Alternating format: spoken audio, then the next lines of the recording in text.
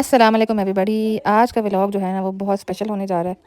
आज मैंने भरपूर कोशिश की है कि मैं देसी तरीके से खाना बनाऊं और आप लोगों को एंजॉय करवाऊं। ये पहले तो देखें कुछ फूल मेरे चाचा के घर थे तो मैंने कहा कि मैं रिकॉर्ड कर लेती हूँ। देखने में बड़े अच्छे लग रहे थे, थोड़े अगर टाइडी होते तो ज़्यादा अच्छे लगते, लेकिन चलें आप इनको देख के एंजॉय करें। और कुछ अजीब से फूल भी थे, अभी आप देखेंगे। ये देखें जी कितना अजीब सा है, लेकिन चलें ऑल द वे आप हमारा रास्ता भी एंजॉय करें जो थोड़ा मुश्किल सा है। पहाड़ के रास्ते आपको पता है कि इसी तरह होते हैं, थोड़े मुश्किल, थोड़े टेढ़े मेढ़े, थोड़े ऊंचे नीचे। और हम यहाँ पे हम तो आदी हो गए हैं क्योंकि हमारा बचपन यहाँ गुजरा है, लेकिन जो नए आने वाले लोग होते हैं ना उनको ये बहुत मुश्किल लगता है और वो चकरा चकरा कर उतर रहे होते हैं। लेकिन एनीवेज शुरू में तो हमें लगता था कि ये कैसे इस तरह कैसे करें, लेकिन हाँ इट्स नेचुरल कि नई जगह पे आपको ये चीज़ मुश्किल लगती है। और वैसे भी अब हम भी बड़े हो गए तो हमें भी थोड़ा मुश्किल होती है उतरने चढ़ने में। तो जी ये हमारा मुश्किल सा रास्ता है और यहाँ से ना बहुत खूबसूरत सा व्यू आपको नज़र आएगा। ये देखें जी कितना प्यारा लग रहा है, मुझे तो बहुत हसीन लगता है ये व्यू और मुझे इस जगह से इतनी मोहब्बत है ना कि मैं आप लोगों को बता नहीं सकती।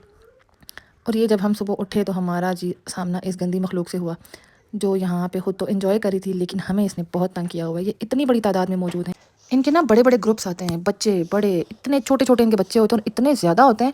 कभी कभी तो इनको देख के इतना खौफ आ जाता है कि लगता है कि इंसानों से ज़्यादा तो ये हो गए हैं हम हमारे इलाके में।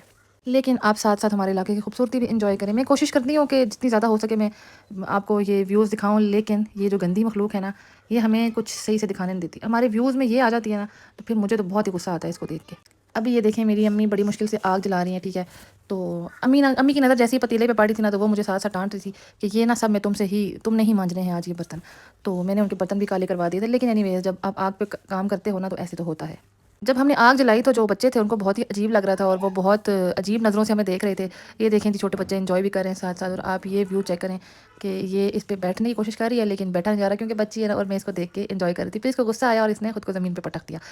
अभी ऐसा है कि आग जलाने में बड़ी मुश्किल हो रही थी और फिर मुझे था कि कोई ऐसी चीज़ है जिससे मैं मुँह से हवा देना मुश्किल हो रहा था।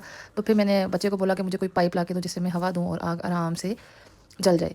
अभी ये मैं मुँह से हवा देने की कोशिश कर रही हूँ लेकिन मुश्किल हो रही थी क्योंकि मेरे मुँह में सारा धुआँ जा रहा था और मेरा खाँस-खाँस कर बुरा हाल हो गया था और यहाँ पे पूरी जगह पे धुआँ फैल गया था। अभी फाइनली आग जल गई थी और हमारा जो लस्सी वाला साग था जिसको हम अल्ले भी कहते हैं वो तैयार हो रहा था और मुझे तो बहुत मज़ा आ रहा था। मैं इस सब को बहुत एंजॉय करती हूँ।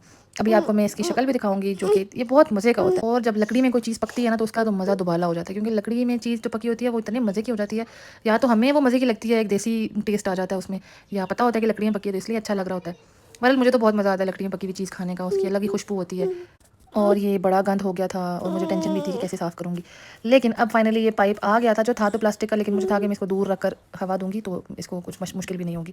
लेकिन अभी हमारा साग तो पककर तैयार हो गया इतनी मुश्किल से। और अब बारी थी मकई की रोटी की जो मैंने थोड़ा आटा गूँथने के टाइम तो रिकॉर्ड नहीं कर सकी हूँ क्योंकि इतनी हड़बड़ी मची हुई थी, अंधेरा भी हो रहा था, रात भी हो गई थी जैसा कि आप लोगों को नज़र आ रहा होगा। ये रोटी पक रही थी और कुछ टूट भी रही थी क्योंकि आग तेज़ होती है, हमें इतना आइडिया नहीं था कि इसको तेज़ कैसे करना है और ये वो। तो जी अंदर जो लोग मकई की रोटी नहीं खाते उनके लिए अलग सीन्स ऑन थे। बॉयल्ड चावल और ये देसी मुर्गी पकाई हुई थी, ये भी हमने आग पे ही पकाई थी, लेकिन जो था रिकॉर्ड नहीं कर सकी थी मैं वो फिर बात। और ये चटनी बनाई थी साग के साथ खाने के लिए। तो जी आज के लिए इतना ही। आई होप आप लोगों को बहुत मज़ा आया होगा। नेक्स्ट वीडियोज़ के लिए सब्सक्राइब करें। Thank you.